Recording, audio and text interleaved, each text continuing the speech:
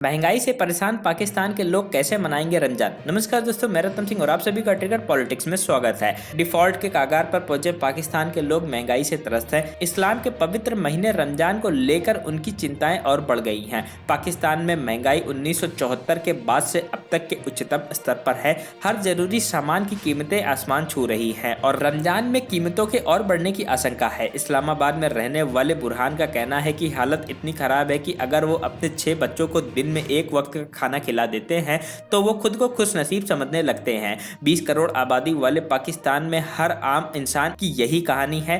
लोग अपने बच्चों को 3 के बजाय एक वक्त भी ठीक ढंग से खाना नहीं खिला पा रहे हैं। गंभीर आर्थिक संकट से जूझ रहे पाकिस्तान की मुसीबतें पिछले साल आई बाढ़ ने और बढ़ा दी हैं। इससे सारी फसल तबाह हो गई और लाखों लोग बेघर हो गए। पाकिस्तान पर फिलहाल भारी विदेशी कर्ज है और विदेशी मुद्रा की कमी के कारण जरूरी वस्तुओं के आयात पर रोक लगी है, जिस कारण देश में खदानों की किल्लत हो गई है। बुरहान ने अल जजीरा से बातचीत में कहा, पिछले कुछ महीनों में महंगाई बहुत बढ़ गई है। हर महीने मैं इस मुश्किल में होता हूं कि मकान का किराया दूं या खाने पीने पर चर्चा करूं। मैं जितना कमाता हूं, मेरे परिवार का गुजारा उसमें अब नहीं हो पा रहा। रमजान की बात करते हुए बुरहान मायूस हो जाते हैं। वो कहते हैं कि उनका परिवार सारी सरकारी सब्सिडी वाले आटे पर निर्भर है। वो कहते हैं लेकिन अब तो सब्सिडी वाला आटा भी महंगा हो गया है। 20 किलो आटे की बोरी जो 600 रुपए में मिलती थी, अब उसके लिए 1100 रुपए देने पड़ रहे हैं। बुरहान ने बताया कि वो कंस्ट्रक्शन का काम करते हैं, जिसका बाजार अभी काफी मंदा हो गया है। उन्होंने परिवार को 2 वक्त की रोटी खिलाने के लिए अपनी कार भी बेच दी। उनके 3 बच्चे प्राइवेट स्कूल में पढ़ते थे,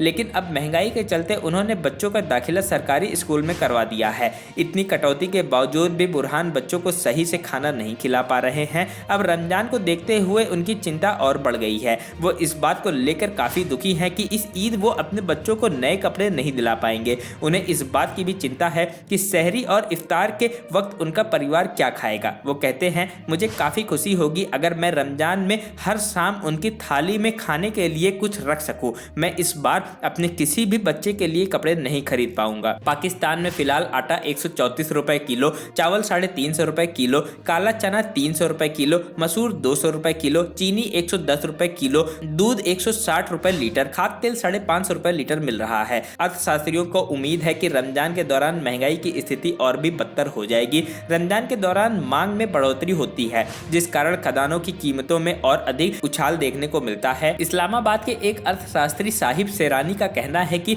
सरकारी आंकड़े बताते हैं कि औसत पाकिस्तानी की खरीदारी की शक्ति पिछले एक साल में 40% से भी कम हो गई है। सेरानी का कहना है कि रमजान के महीने में कम आय वाले पाकिस्तानी मुसलमानों की स्थिति और खराब होने वाली है। इस्लामाबाद के शोध संस्थान सस्टेनेबल डेवलपमेंट पॉलिसी इंस्टीट्यूट के एक वरिष्ठ अधिकारी साजिद अमीन ने कहा कि पाकिस्तान में चल रही राजनीतिक अस्थिरता भी महंगाई की स्थिति को बदतर कर रही है। उनका कहना है कि पाकिस्तान की सरकार राजनीतिक अस्थिरता में उलझी है और महंगाई से निपटने के लिए जरूरी कदम नहीं उठा पा रही है। अमीन ने कहा, पहले हम राजनीतिक अस्थिरता झेल रहे थे, जो अब अराजकता में बदल गई है। सरकार खाद्य कीमतों को नियंत्रण में रखने में असमर्थ हो गई है। पाकिस्तान के अखबार डॉन की एक रिपोर्ट के मुताबिक सरकार ने मंगलवार को रमजान में यूटिलिटी स्टोर्स पर दैनिक उपयोग की वस्तुओं को रियायती दर पर उपलब्ध कराने के लिए एक पैकेज की घोषणा की। उद्योग मंत्रालय ने इस पैकेज के लिए लगभग 5 अरब रुपए आवंटित किए हैं। इस पैकेज में से 1.15 अरब रुपए की राशि गरीबों की सब्सिडी देने पर खर्च होगी,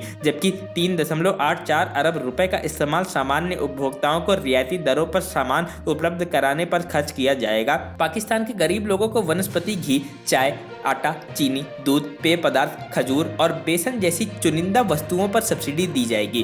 ब्यूरो रिपोर्ट, ट्रिगर पॉलिटिक्स।